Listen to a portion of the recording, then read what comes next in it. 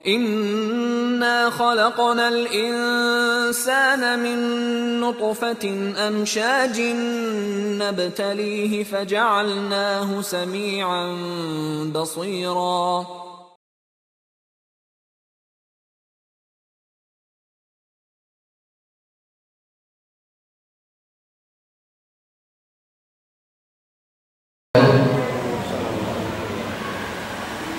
Innal hamdalillah nahmaduhu wa nasta'inuhu wa nastaghfiruh wa na'udzu billahi min shururi anfusina wa sayyiati a'malina may yahdihillahu fala mudilla lahu wa may yudlil fala hadiya lahu.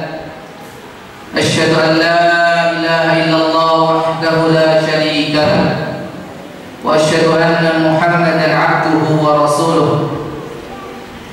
Ya ayyuhalladzina amanu taqullaha haqqa tuqatih wa la tamutunna illa wa antum muslimun.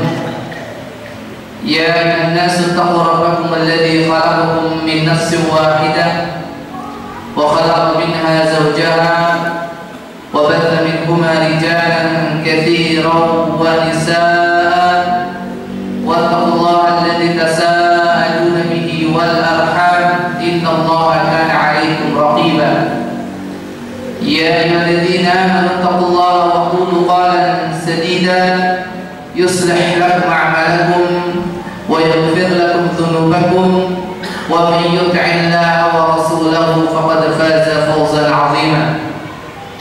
Amma ba'd, fa inna asdaqal hadithi kitabullah wa khairal huda huda Muhammadin sallallahu alaihi wa ala alihi wa sallam wa syarrul umuri muhdatsatuha kullu muhdatsatin fid din bid'ah wa kullu bid'atin dhalalah wa kullu dhalalatin fin nar. Ma'asyiral muslimin muslimat, hadirin hadirat rahimani Allah wa iyyakum jami'an. Bersyukur kita kepada Allah Subhanahu wa taala yang pada kesempatan malam hari ini kembali mempertemukan kita di majelis ini guna bersama-sama belajar, mempelajari, mengkaji hadis-hadis Rasulullah sallallahu alaihi wa alihi wasallam yang berkaitan dengan al-manahi asy-syar'iyyah fi nikah, perkara-perkara yang dilarang oleh syariat berkaitan dengan masalah nikah dan yang sejenisnya. Dan insyaallah pada kesempatan malam hari ini kita masuk pada bab yang keenam yang diberi judul oleh muallif hafizahullah taala, bab tahrimi imtina'il mar'ati min firashi zawjiha. Bab haramnya seorang wanita, seorang istri menolak suaminya dalam berhubungan badan. Haramnya seorang wanita menolak keinginan seorang suami untuk berhubungan badan. Di sini al-muallif hafizahullah taala menyebutkan dua hadis. Hadis yang pertama, an Abi Hurairah radhiyallahu anhu, an Nabi sallallahu alaihi wasallam qala, idza da'a ar-rajulu imra'atahu ila firashih fa'abat an taji'a la'anatha al-malaikatu hatta tusbih. Wa fi riwayah idza batat al-mar'atu muhajirata firashi zawjiha la'anatha al-malaikatu hatta tarji'. Wa fi ukhra walladhi nafsi biyadihi ma min rajulin yad'u imra'atahu ila firashiha fata'ba alayhi illa kana alladhi fis samai sakhitan 'alayha hatta yarda 'anha. Diriwayatkan dari Abu Hurairah radhiyallahu anhu warda, dari Nabi sallallahu alaihi wa alihi wasallam, beliau bersabda, idza da'a rajulu, apabila seorang laki-laki mengajak, memanggil siapa? Imra'atahu, mengajak atau memanggil istrinya. Kemana? Ila firashihi, ke tempat tidur. Seorang laki-laki mengajak istrinya ke tempat tidur. Fa'abat an taji'a, lalu si istri tadi enggan untuk mendatanginya. Apa yang terjadi? Apa hukumannya? La'anat hal malaikatu, malaikat akan melaknatnya hatta tusbih, sampai waktu pagi. Hadis ini muttafaqun alaih, riwayat Imam Al-Bukhari dan Imam Muslim rahimahumullah jami'an. Dalam riwayat yang lain disebutkan idza batatil mar'atu, apabila seorang wanita tidur yang bagaimana? Tidur muhajirata firasyi zawjiha, tidur dalam kondisi meninggalkan tempat tidur suaminya, artinya tidak mau tidur bersama suaminya. La'anat hal malaikatu hatta tarji', maka malaikat Allah akan melaknatnya sampai dia kembali ke tempat tidur bersama suami.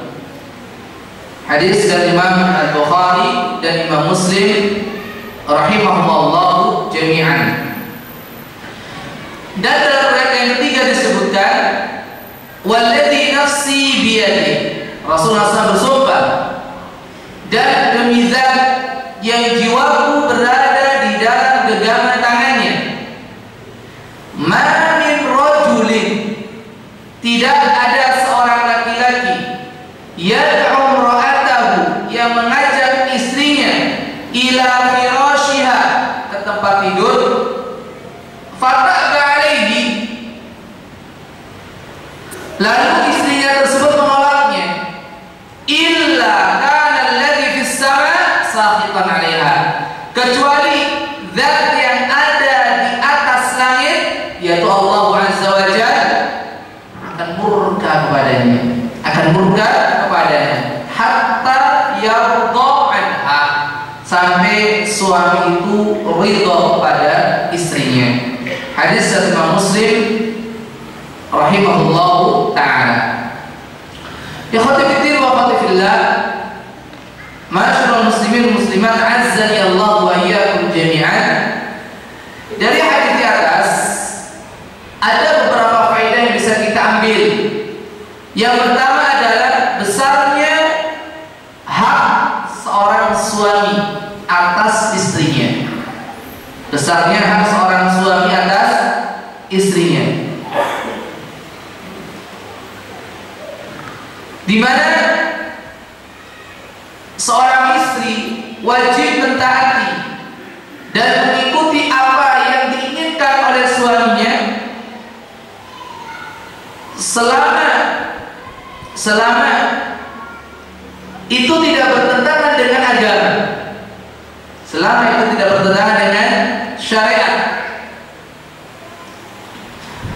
Kemudian pada yang kedua, haramnya seorang wanita menolak ajakan suaminya untuk melakukan hubungan badan selama tidak ada uzur syar'i,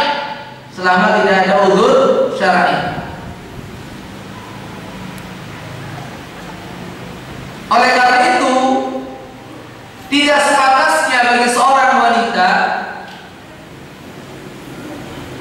memiliki alasan menolak keinginan suaminya karena mungkin dia itu capek ngurusi urusan rumahnya, lebih-lebih mungkin ngurusi pekerjaannya di luar. Kewajiban melayani suami itu lebih wajib, harus lebih diutamakan daripada hal-hal yang lain. Kecuali kalau memang dia memiliki uzur yang syar'i, karena dia sakit misalkan, atau dia itu sedang datang bulan misalkan, atau sedang nifas misalkan, atau hal-hal lain yang mana diperbolehkan oleh syariat seorang istri menolak ajakan sang suami. Karena salah satu hikmah di balik pernikahan adalah fa innahu aghaddu lil basar wa ahsanu lil farj. Bisa mendudukkan pandangan dan menjaga kehormatan. Kalau seandainya hal ini tidak didapatkan oleh seorang suami dari istrinya, maka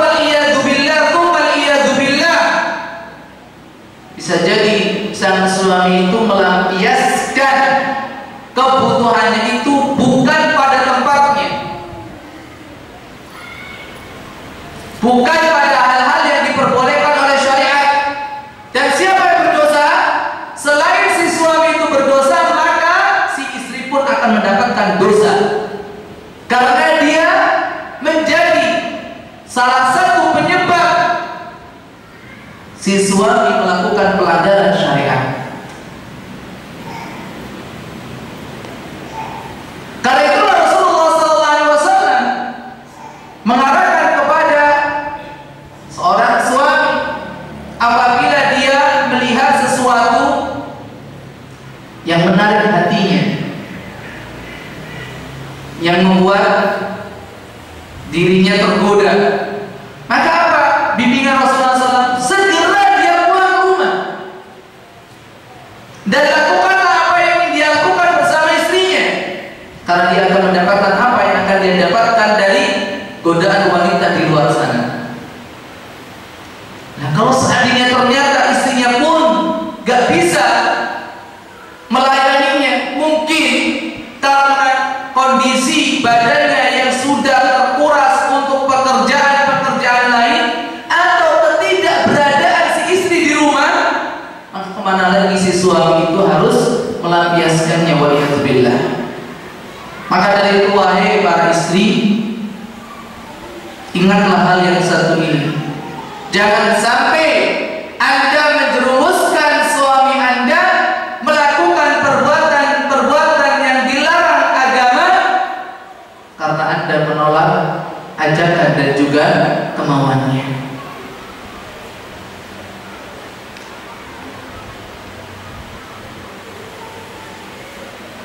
Bahkan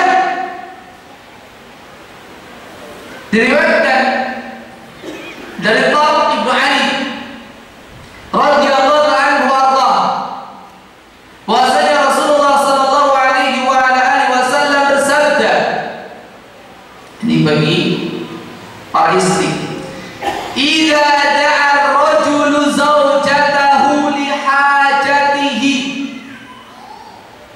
apabila seorang suami memanggil istrinya, mengajak suaminya untuk melakukan hubungan, dihajati, yang dimaksud dihajati di sini untuk melakukan hubungan. Apa sabda Rasulullah? Falta'tihi, maka hendaknya si istri itu mendatanginya. Wa kana 'ala tanur, meskipun si istri itu sedang ada di penggorengan ataupun tempat untuk pembakaran roti. Dulu roti itu dibakar di atas lempengan batu, kalau sekarang itu ya oven, ya, untuk dibakar, untuk dimasak. Meskipun dalam kondisi seperti itu, datangi apa yang diminta oleh si suami. Subhanallah, dalam kondisi apapun. Tapi tentunya dalam hal ini si suami juga jangan egois, meskipun kendali ada di tangannya, ya, jangan egois. Yang terkadang menyakiti si istri, menyakiti si istri, karena mereka pun punya hak.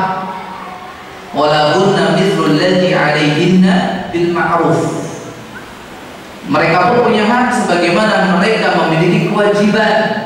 Makanya harus kita bermuamalah dengan cara yang maaf. Tapi bagi istri, dalam kondisi apapun, selama itu tidak dilarang oleh syariat,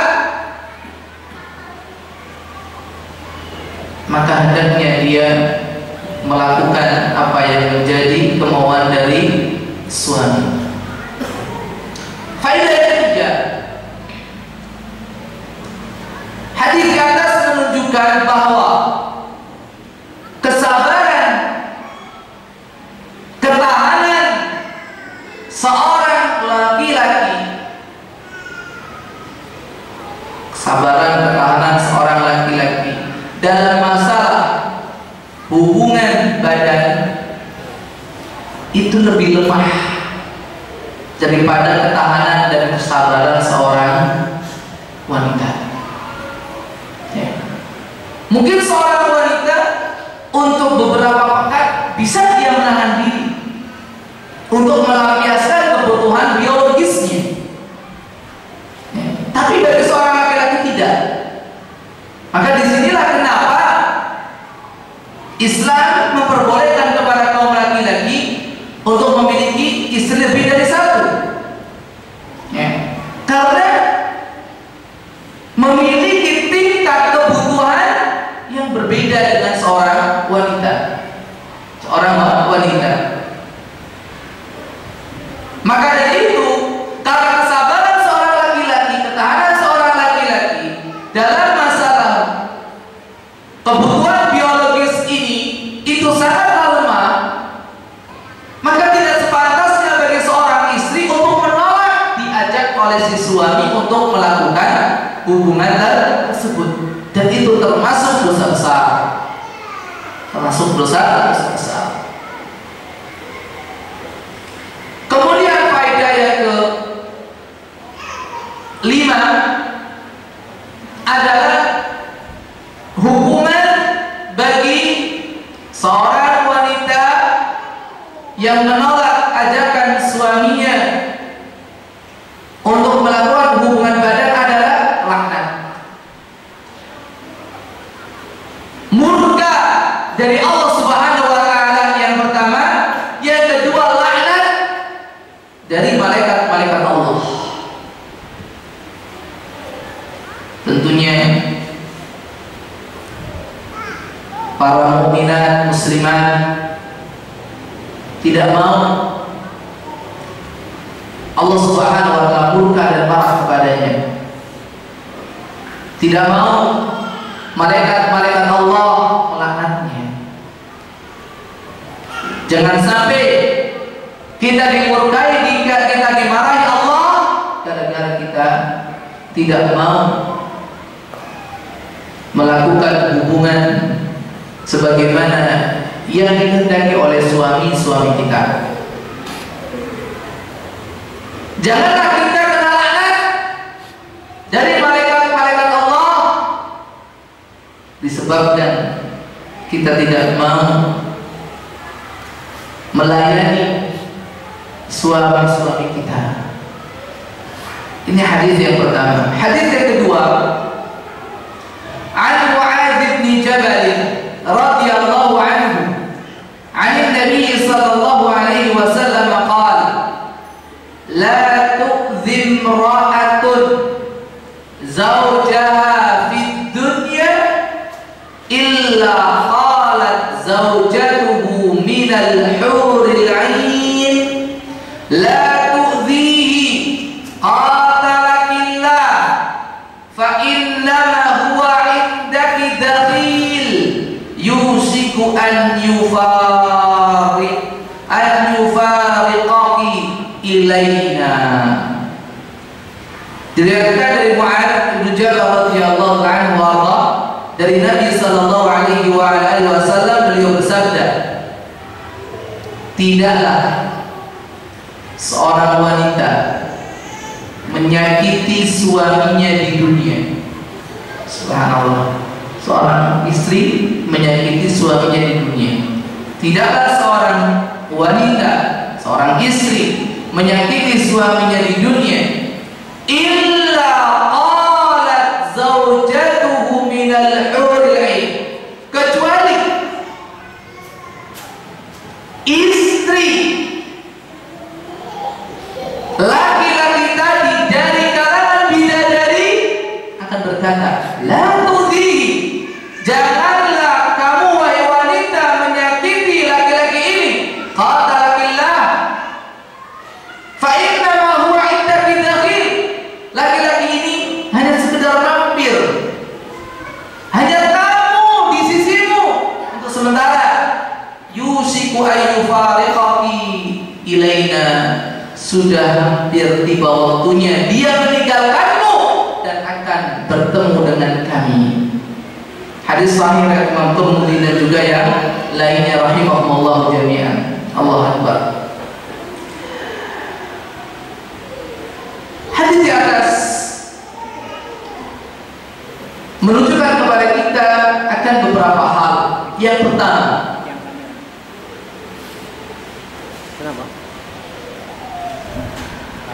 kewajiban seorang istri untuk senantiasa menghormati dan menghargai suaminya. Ingat, ibu-ibu yang dirahmati Allah Subhanahu wa taala, suami Anda adalah surga atau neraka bagi Anda. Surga apabila Anda mentaati suami Anda dalam hal yang ma'ruf, melayaninya dengan baik, menghormati dan juga menghargainya. Tapi bisa jadi sebaliknya, neraka bagi Anda jika Anda menyia-nyiakan hak-haknya, jika Anda tidak melaksanakan apa yang menjadi kewajiban Anda terhadapnya. Maka berhati-hatilah, berhati-hatilah, selalu minta ridha, ikhlasan dari suami Anda, karena disitulah surga atau neraka Anda terletak. Kemudian yang kedua, larangan bagi seorang istri untuk menyakiti suaminya dengan apapun juga, baik itu dengan kata-kata, dengan sikap, dengan perbuatan, atau dengan hal yang lain. Mohon maaf, mungkin karena satu dan lain sebab, di antaranya mungkin suaminya itu kalah pintar dengan istrinya. Istrinya sudah S3, suaminya lulusan SMA. Bapak itu tahu apa? Bapak kan nggak mudeng masalah ini. Kan gitu. Ini urusan kami. Ini yang mudeng saya, yang paham saya.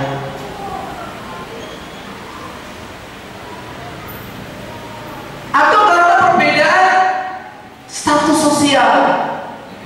Suaminya hanya nyuwun sewu, mohon maaf, hanya pegawai biasa di kantornya, si istri manajer di perusahaan. Atau karena kekayaannya, atau karena paras mukanya. Jangan sampai karena hal-hal yang bersifat duniawi tersebut, wahai para ummahat, wahai para akhwat, para ibu, Anda melecehkan dan juga menghina suami Anda. Siapapun dia, itu adalah pilihan Anda waktu itu. Kalau seandainya si suami memiliki berbagai macam kekurangan, maka disitulah letak hikmah di balik pernikahan, saling melengkapi. Hunna libasul lakum wa antum libasul lahun, saling melengkapi, saling memperindah, saling mempercantik, saling menjadikan satu sama lain itu terlihat bagus dan terlihat baik. Jangan sampai kita membuka aib suami kita, membuka kekurangan yang ada pada diri suami kita. Jangan, waliyadzubillah, tidak diperbolehkan. Kalau Anda merasa lebih pintar dari suami Anda, ajari suami Anda, dan itu merupakan satu amalan yang akan terus-menerus mengalir pahalanya meskipun Anda sudah tiada. Kalau Anda merasa Anda lebih kaya dari suami Anda, bersedekahlah untuk suami Anda, karena sebaik-baik sedekah adalah yang Anda berikan kepada keluarga, sebagaimana apa yang diarahkan dan dibimbingkan oleh Rasulullah SAW kepada siapa? Kepada istri daripada Abdullah ibn Mas'ud radhiyallahu anhu.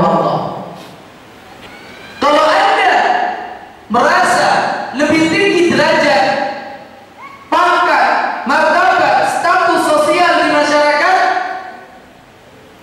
maka hormatilah suami Anda, muliakanlah suami Anda, jadikan suami Anda menjadi mulia, menjadi terhormat sebagaimana Anda mulia dan terhormat di masyarakat.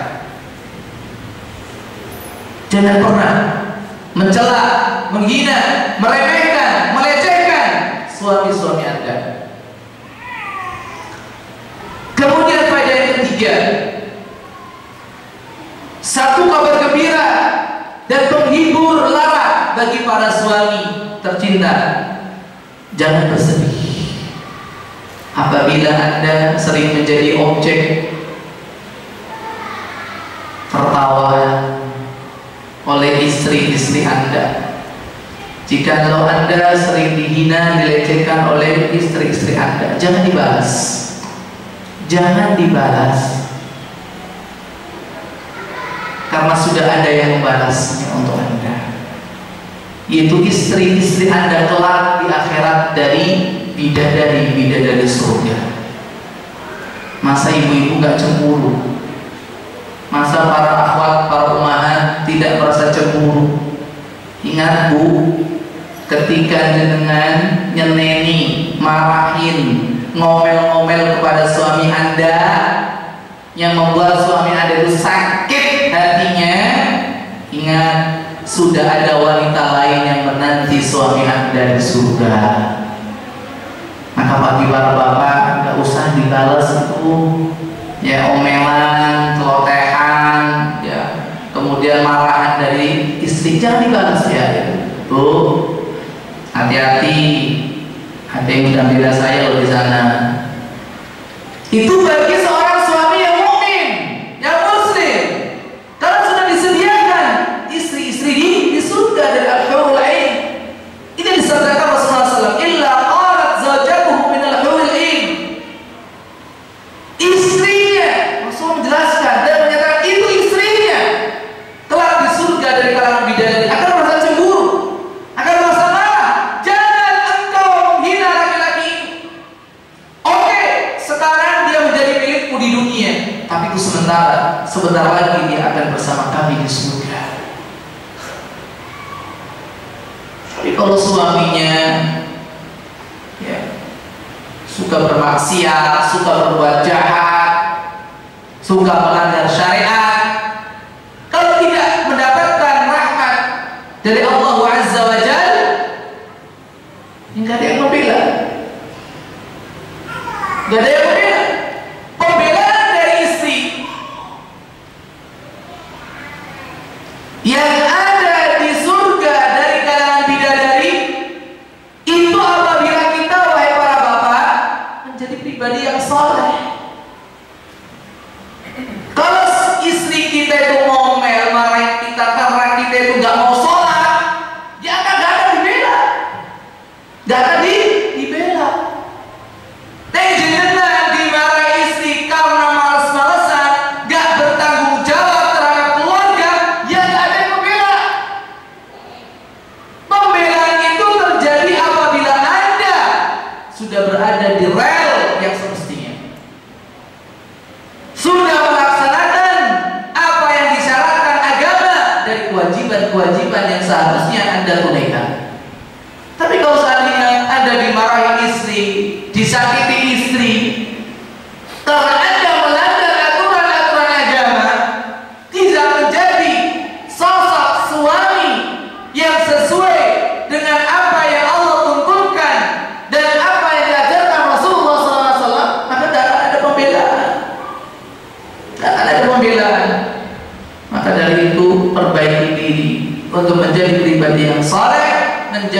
suami sebagaimana yang seharusnya sesuai dengan tuntunan Al-Quran dan tuntunan hadis-hadis Rasulullah SAW. Kalau sudah baiknya kayak gitu kok masih diomelin, ini baru Anda akan mendapatkan pembelaan dari istri Anda di surga dari kalangan bidadari. Dari kalangan bidadari. Kemudian faedah yang terakhir, di akhirat ada kalanya antara suami dan istri akan berpisah. Ini berdasarkan hadis Rasulullah SAW. Jangan ganggu dia. Dia itu hanya sementara untuk Anda di dunia, hanya sekedar mampir sebagai tamu. Kelak akan bersama kami di surga. Ini menunjukkan ya, bahwa di akhirat kelak bisa jadi antara suami istri pisah. Kenapa bisa berpisah? Karena perbedaan level, beda tempat, beda derajat, beda pangkat. Bisa jadi suaminya mendapatkan surga tingkatan sekian, istrinya mendapatkan tingkatan yang lebih bawah. Atau bahkan waliyadzubillah, satu mampir dulu di neraka dan satu langsung masuk surga. Bisa terjadi. Oleh karena itu, para bapak, para ibu, hadirin hadirat, masyaallah muslimin muslimat, azzani Allah wa iyyakum jami'an. Saya pesan untuk diri saya pribadi dan juga panjenengan semuanya, tolong selipkan di antara doa-doa Anda yang dipanjatkan kepada Allah Azza wa Jalla adalah permintaan, ya Allah, sebagaimana Engkau pertemukan kami bersama anak istri kami di dunia, maka pertemukanlah kami kembali bersama mereka di surga. Ini kalau kita betul-betul cinta dengan anak istri kita, kalau kita betul-betul cinta dengan suami dan anak kita, mintalah kepada Allah, berdoalah kepada Allah dengan tulus ikhlas, dengan penuh kesungguhan dan keyakinan, agar Allah berkenan mengumpulkan kita kembali bersama orang-orang yang kita cintai di dunia. Maka dari itu ibu-ibu, jangan rela kalau suami Anda direbut sama orang lain, ya. Jangan rela suami Anda direbut oleh orang lain. Sebagaimana Anda di dunia juga gak rela suami Anda direbut oleh orang lain, ya. Ada yang rela nggak ibu-ibu? Nggak ada kan? Nggak ada. Sudah ada niatan, ada sudah ambil ancang-ancang. Itu di dunia sementara, apalagi di akhirat kelak. Kalau demikian keinginan kita semua, maka jangan pernah kita menyakiti suami-suami kita, agar kita bersama mereka di surga kelak. Ya. Ikhwati fiddin wa akhwati fillah, azzani Allah wa iyyakum jami'an. Kemudian bab yang ketujuh, babul muharramat minan nisa. Bab menerangkan wanita-wanita yang haram untuk dinikahi. Wanita-wanita yang haram untuk dinikahi. Al-muallif hafizahullah ta'ala menyebutkan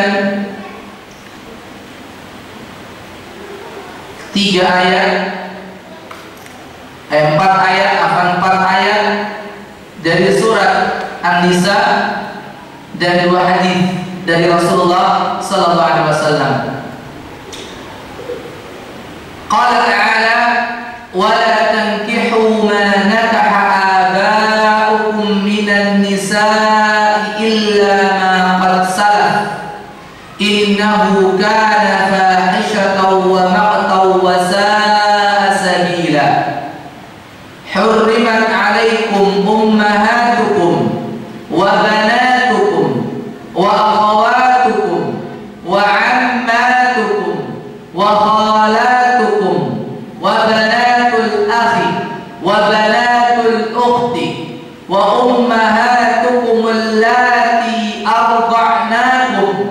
wa akhawatukum minar radha'ah wa ummahatu nisaikum wa rabaibukum allati fi hujurikum min nisaikum allati dakhaltum bihin fa in lam takunu dakhaltum bihinna fala junaha alaikum wa halailu abnaikum alladhina min aslabikum wa an tajma'u bainal ukhtayn. Sampai firman Allah Subhanahu wa taala, wa an tasbiru khairul lakum wallahu ghafurur rahim. Di dalam surat An-Nisa 22 sampai 25 Allah Subhanahu wa taala menjelaskan kepada kita tentang wanita-wanita yang haram untuk dinikahi. Wanita-wanita yang haram untuk dinikahi itu ada dua macam. Macam yang pertama adalah wanita-wanita yang haram untuk dinikahi secara mutlak untuk selamanya, muabbad, tahrimun muabbad.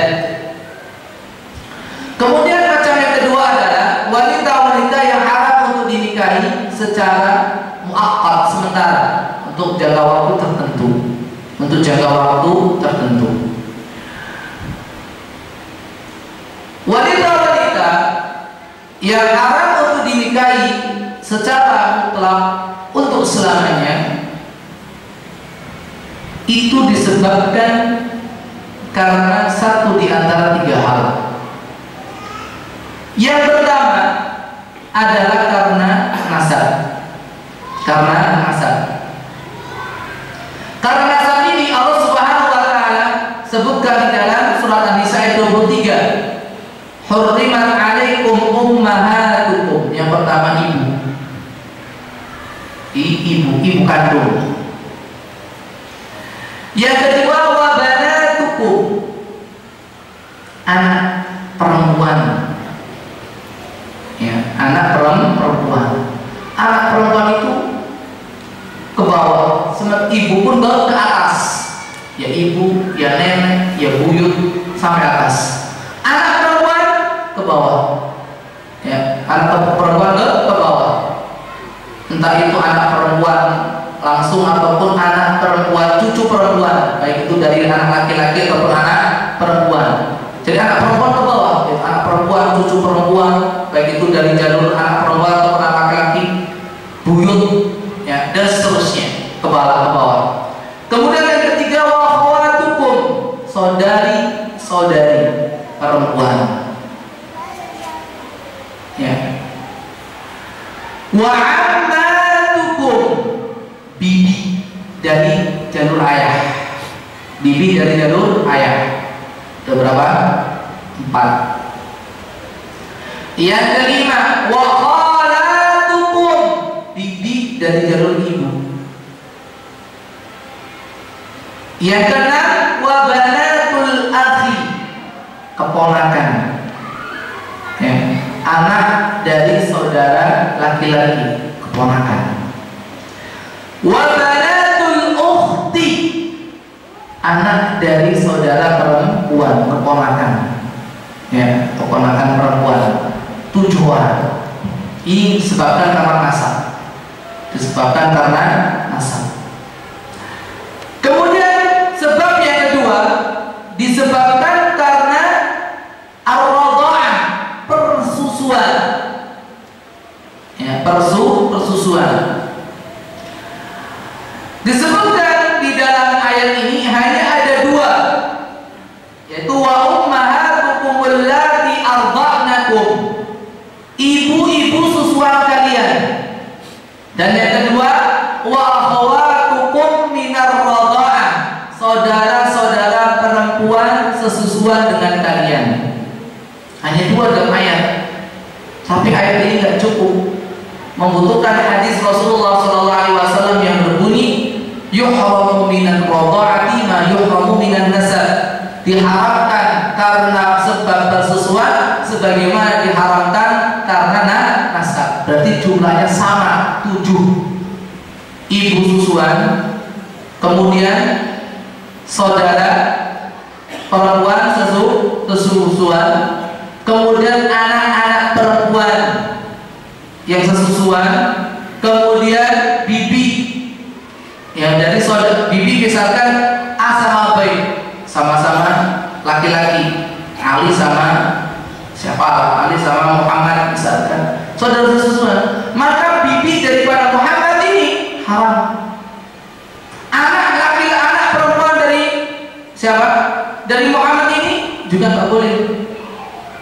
Ini bibinya baik dari laki-laki, dari jalur bapaknya ataupun jalur ibunya, sama. Pokoknya apa yang diharamkan dengan nasab itu juga diharamkan sesuai dengan persusuan. Ibu, anak perempuan, saudara perempuan, bibi dari kalangan bapak dari jalur bapak, bibi dari jalur ibu, kemudian anak perempuan dari saudara laki-laki, anak perempuan dari saudara perempuan, sama untuk masalah ar-radha'ah. Kemudian sebab yang ketiga, ya, sebab yang ketiga adalah karena al-musaharah. Al-musaharah karena perkawinan. Karena perkawinan. Perkawinan ini disebutkan dalam ayat di surat An-Nisa 22. Yang pertama adalah istri bapak, artinya ibu tiri. Itu juga nggak boleh. Itu karena apa? Karena pernikahan. Ya, karena pernikahan ibu tiri, yaitu wanita-wanita yang dinikahi oleh bapaknya. Yang kedua adalah wa ummahatun nisaikum, mertua, ibu mertua.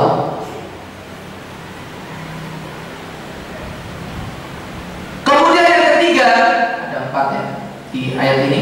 Yang ketiga adalah warabaibukum, yaitu anak bawaan istri, anak perempuan bawaan istri.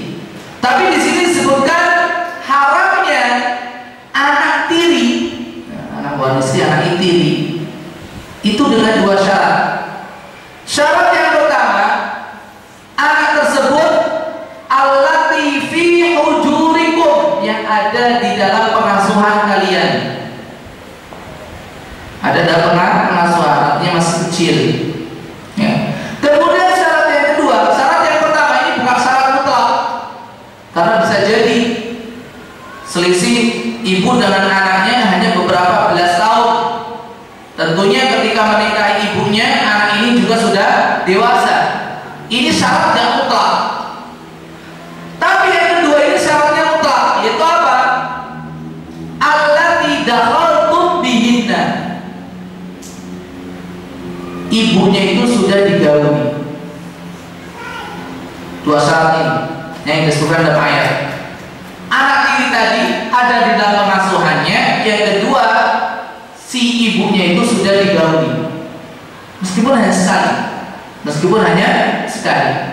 Disinilah bedanya, ya, antara seorang laki-laki yang menikahi seorang, ada janda saat bawa anak perempuan. Kalau yang dinikahi anaknya terlebih dahulu, maka kapanpun, sampai kapanpun ibunya haram. Tapi kalau yang dinikahi ibunya dulu, selama belum digauli, anaknya jadi boleh.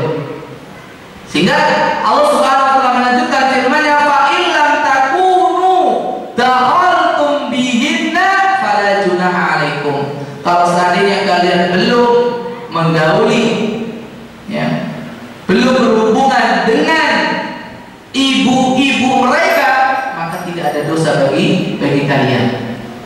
Tidak ada dosa bagi kalian. Ini. Tapi ada sebagian ulama rahimahullah jami'an yang hafizahullah ta'ala bahwa syarat yang pertama itu juga mutlak, artinya harus ada dua-duanya. Harus ya anak tiri tersebut ada di dalam pengasuhannya dan ibunya sudah digauli.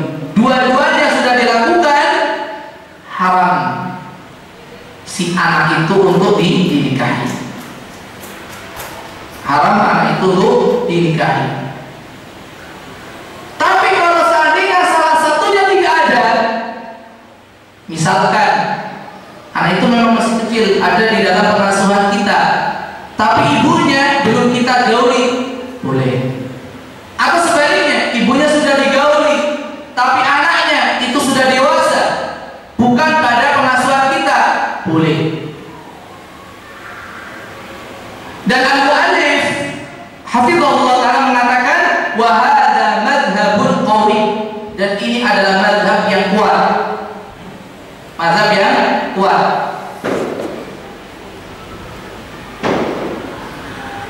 Kemudian beliau menyebutkan satu riwayat yang sahih diriwayatkan Imam Ahmad, Imam Abu Dawud, Imam Tirmidzi, Imam Nasai dan juga yang lainnya rahimahumullah jami'an. Satu riwayat dari Malik ibnu Aus, Malik ibnu Aus ibnul Hadathan, di mana beliau berkata, kanat indi imra'atun fatuwfiya, aku pernah menikahi seorang wanita, lalu wanita tadi meninggal dunia. Wa qad waladat li fawajadtu 'alaiha falaqiyani Ali bin Abi Thalib. Kemudian ternyata wanita tadi melahirkan seorang anak perempuan. Maka pun didatangi oleh Ali bin Abi Thalib radhiyallahu anhu. Faqala Malik, kemudian Malik bin Aus berkata, faqultu tuwfiyat al-mar'ah.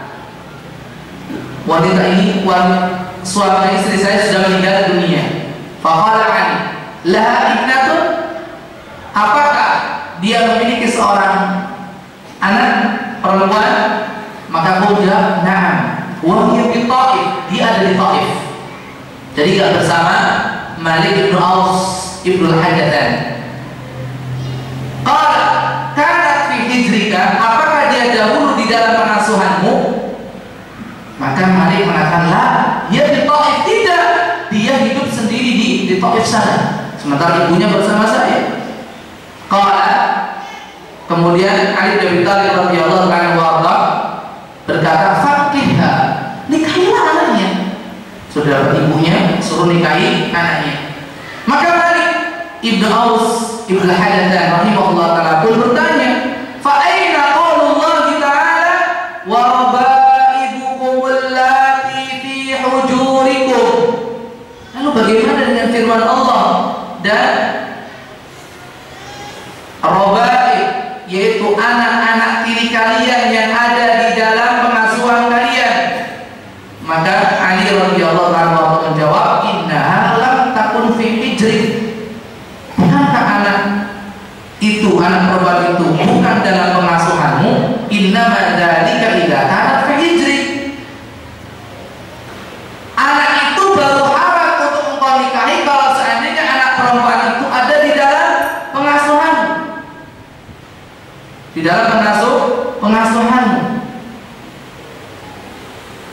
Ini kata beliau, hadza isnadun qawi, ini adalah syarat yang kuat yang sampai kepada Ali bin Abi Thalib radhiyallahu anhu wa arda. Tapi ini tentunya adalah pendapat yang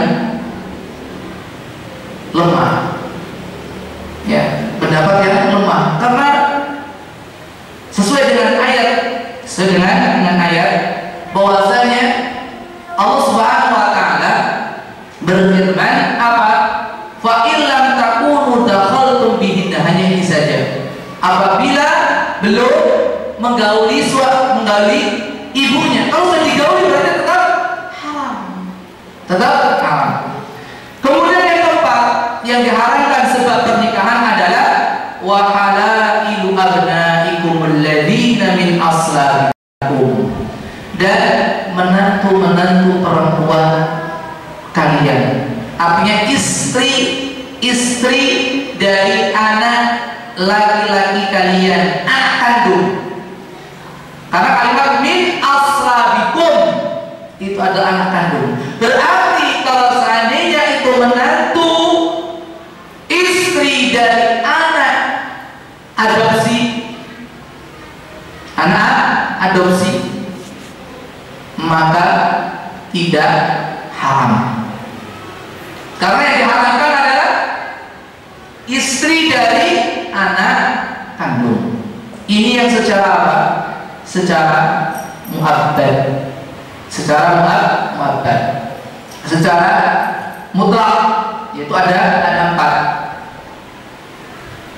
4: ibu tiri, ibu mertua, anak tiri, dan menantu perempuan.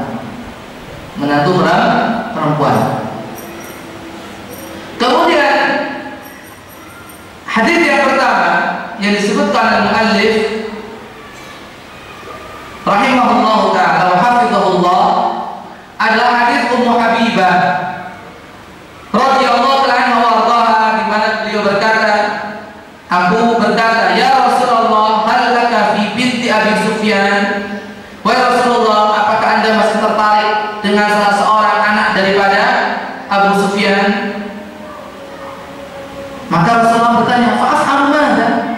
Kalau aku tertarik, apa yang saya lakukan? Maka aku pun berkata, Ummu Habibah, tangkeh, nikahi. Rasulullah kembali bertanya, atuhibbi? Kamu senang saya itu menikahi saudara perempuan? Subhanallah, ada nggak ya? Yang istilahnya menginginkan suaminya itu nikah lagi. Ya, kalau ingin mencontoh ibu-ibu, para ummahat, para akhwat, contohlah Ummu Habibah. Ya, menginginkan Rasulullah SAW itu nikah lagi. Maka Rasulullah SAW, Ummu Habibah mengatakan, lastu laki bimukhliyah,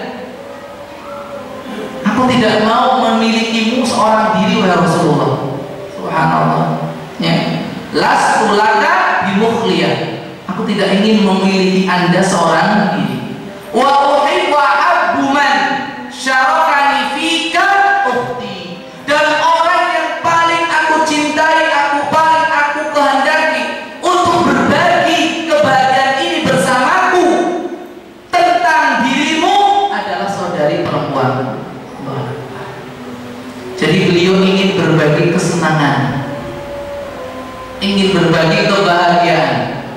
Kira-kira ada akhwat atau ummahat di atas yang seperti ini enggak? Kalau ada, tolong nanti bilang sama suami masing-masing, Pak atau Bi atau Mas, ya, saya ingin seperti Ummu Habibah. Saya ingin berbagi kebahagiaan, kesenangan bersama orang lain. Kayaknya ada enggak ya? Enggak ada. Sudah pur itu Pak, sudah tertutup pur itu sudah jawaban sepakat enggak ada. Subhanallah. Beliau Ummu Habibah enggak mau menguasai, ya, Rasulullah seorang diri, ingin berbagi kebahagiaan bersama orang lain, dan orang yang paling aku senangi, aku harapkan untuk berbagi kesenangan ini adalah saudara perempuan. Apa jawaban Rasulullah? Innaha la tahillu li, itu tidak halal bagi, itu tidak halal bagi. Kemudian Ummu Habibah kembali bertanya, balaghani annaka takhtub, ada berita sampai kepadaku bahwasanya engkau wahai Rasulullah sedang menghibah seorang wanita.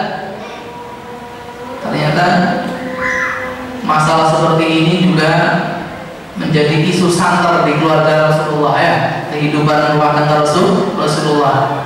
Dengan kabar dari Ummu Habibah bahwasanya Rasulullah sedang meminang seorang wanita, maka Rasulullah mengatakan, ibnatu Ummi Salamah, apakah yang dimaksud adalah putri daripada Ummu Salamah? Maka Ummu Habibah mengatakan, iya betul. Maka Rasulullah menjawab, laulam takun robibati mahalati. Kalau seandainya ya itu bukan anak tiriku, maka itu akan halal. Tapi itu anak tiriku, maka akan halal bagiku. Abu Salamah adalah istri Rasulullah Sallallahu Alaihi Wasallam, dan ketika menikah dengan Rasulullah SAW, beliau memiliki anak perempuan. Nggak halal lagi. Ini arda'atni wa iyyaha Thuwaibah. Tambah lagi, dan ditambah lagi, aku dan dia disusui oleh Thuwaibah. Fala ta'ridanna 'alayya banatikunna wala akhawatikunna. Maka janganlah kalian, wahai para istri, menawarkan kepadaku anak-anak perempuan kalian dan saudara-saudara perempuan kalian. Hadis sahih dari Imam Bukhari dan Imam Muslim rahimahumullahu jami'an.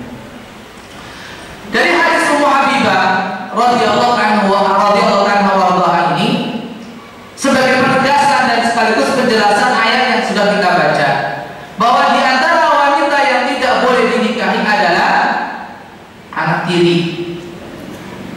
Anak tiri. Kemudian yang kedua adalah saudari sesusuan. Yang ketiga adalah saudara perempuan dari istri. Tapi saudara perempuan dari istri ini pengharamannya itu secara muakkad. Nanti akan kita bahas pada bab yang ke-8 ya. Jadi tidak selamanya.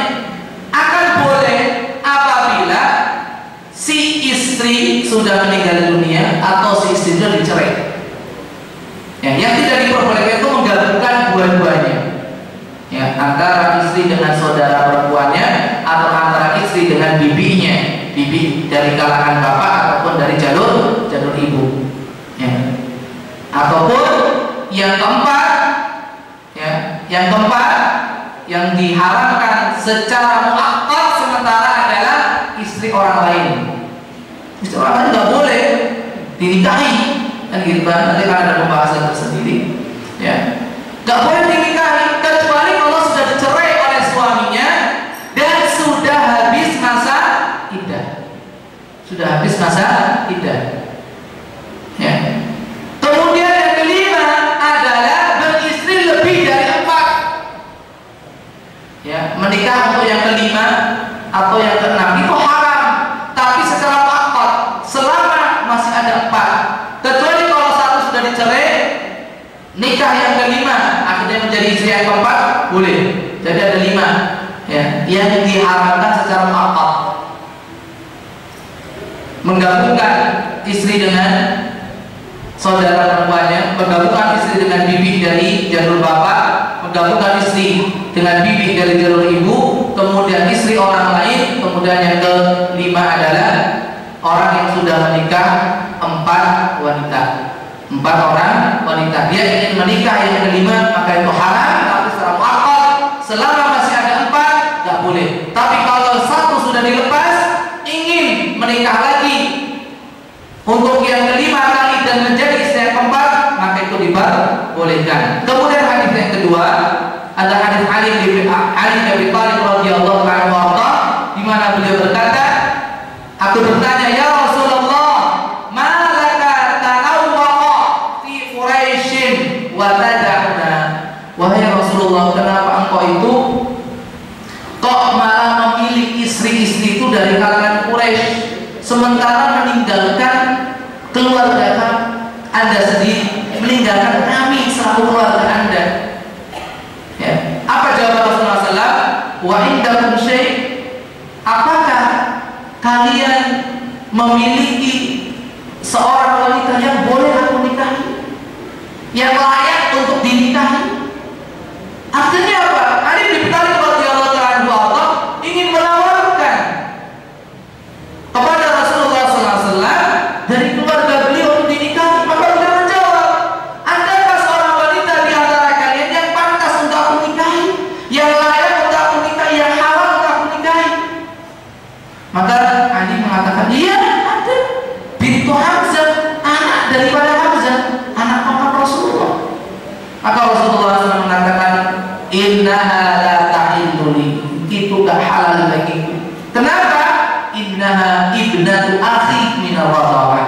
dia adalah anak dari saudara laki-lakiku persesusuan, satu susuan, maka tidak diperbolehkan. Hadis sahih riwayat Imam Muslim rahimahullahu taala. Jadi ini juga sebagai penegasan bahwasanya yahrumu minar radha'ati ma yuhramu minan nasab. Diharamkan akibat persusuan sebagaimana diharamkan akibat nasab. Kemudian yang terakhir, qadifidin wa qadifillah azza wa iyyakum jami'an, orang yang menikah dengan wanita-wanita yang haram untuk dinikahi di atas, entah itu disebabkan karena nasab yang ada 7, ya, atau disebabkan karena persusuan yang ada 7, atau disebabkan karena pernikahan yang ada 4 tadi, ya, ataupun yang diharamkan karena sementara yang ada 5 tadi, nekat nikah, maka itu termasuk dosa besar.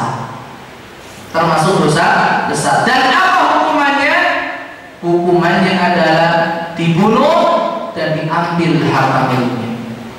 Dibunuh dan diambil harta miliknya. Itu hukuman bagi seorang yang menikah dengan wanita-wanita yang diharamkan untuk dinikahi. Berdasarkan hadis Al-Barra bin Azib radhiyallahu anhu bahwasanya beliau berkata, laqitu khali Abu Burdah wa ma'ahu rayah. Aku pernah berpapasan dengan pamanku yaitu Abu Burdah sembari membawa bendera.